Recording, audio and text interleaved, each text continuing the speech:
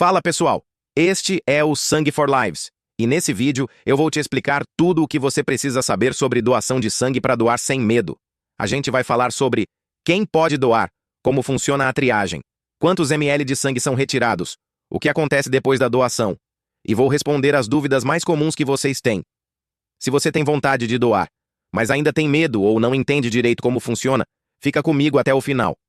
Antes de entrar no passo a passo, deixa eu te explicar rapidinho por que eu falo tanto de doação de sangue aqui no canal.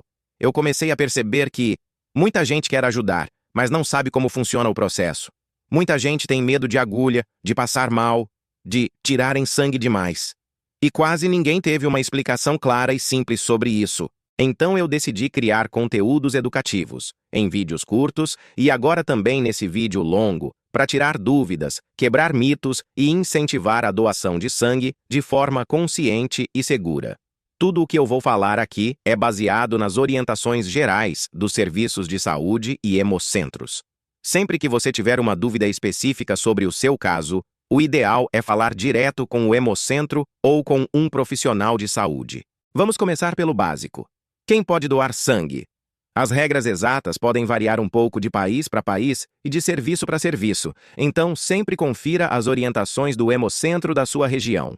Mas, de forma geral, para doar sangue você precisa estar dentro da faixa de idade permitida pelo serviço de saúde, ter um peso mínimo adequado, estar se sentindo bem no dia, sem febre, sem infecção, sem sintomas gripais, não estar em jejum prolongado, respeitar os prazos após cirurgias, tatuagens, piercings, procedimentos médicos e viagens, conforme as regras do hemocentro.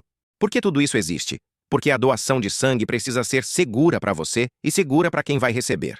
Então, se em algum momento o hemocentro disser que você não pode doar naquele dia, isso não é um julgamento. É uma medida de segurança. Se você viu que se encaixa nos critérios gerais, o próximo passo é se preparar bem para a doação. Algumas dicas importantes. Alimentação. Faça uma refeição leve antes de doar. Evita alimentos muito gordurosos. Hidratação. Beba bastante água ao longo do dia. Isso ajuda na circulação e na coleta. Sono. Tente dormir bem na noite anterior. Estar descansado ajuda seu corpo a lidar melhor com a doação. Evitar álcool. Não consuma bebidas alcoólicas antes da doação, seguindo o prazo recomendado pelo hemocentro. Se você usa algum medicamento ou tem alguma condição de saúde específica, o melhor é perguntar diretamente para o hemocentro se pode doar ou não. No dia da doação, você chega ao hemocentro e a primeira etapa é o cadastro.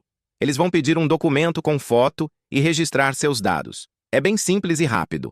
Depois vem a triagem, que é a parte que mais gera dúvida. Na triagem, um profissional de saúde vai medir sua pressão, checar seu peso, às vezes medir temperatura e fazer várias perguntas sobre sua saúde, medicamentos, cirurgias, viagens, hábitos, etc. Muita gente acha que isso é um interrogatório, mas na verdade é uma entrevista de segurança.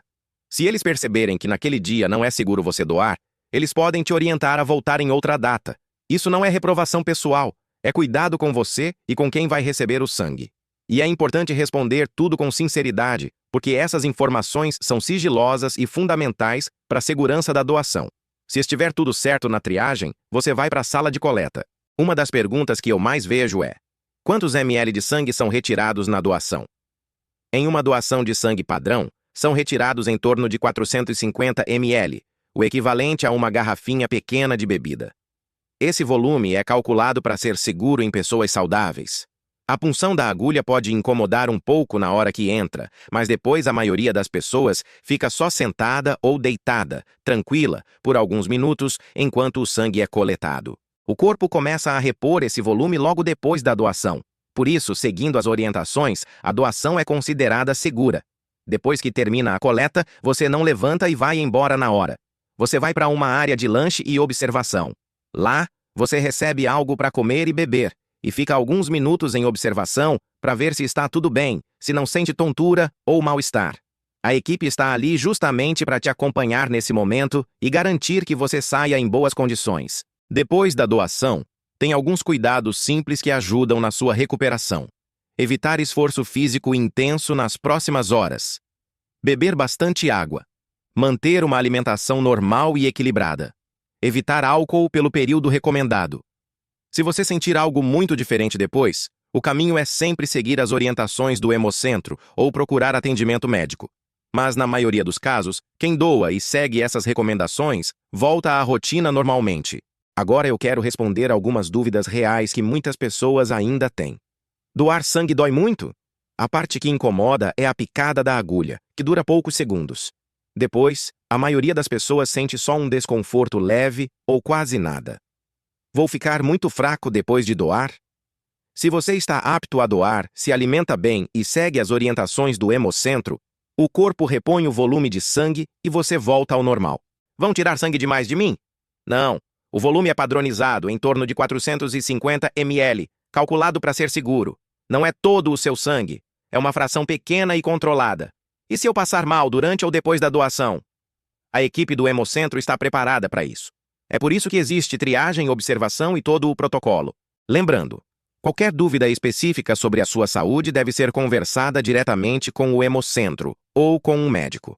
O meu papel aqui é informar e encorajar, não substituir orientação profissional.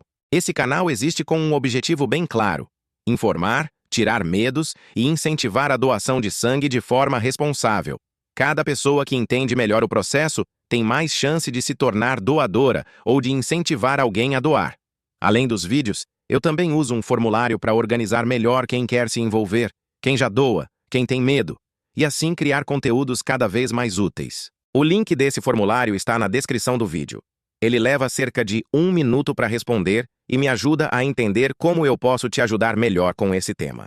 Se esse vídeo te ajudou a entender melhor como funciona a doação de sangue, eu quero te pedir 2 coisas bem simples. Se você puder, considere doar sangue.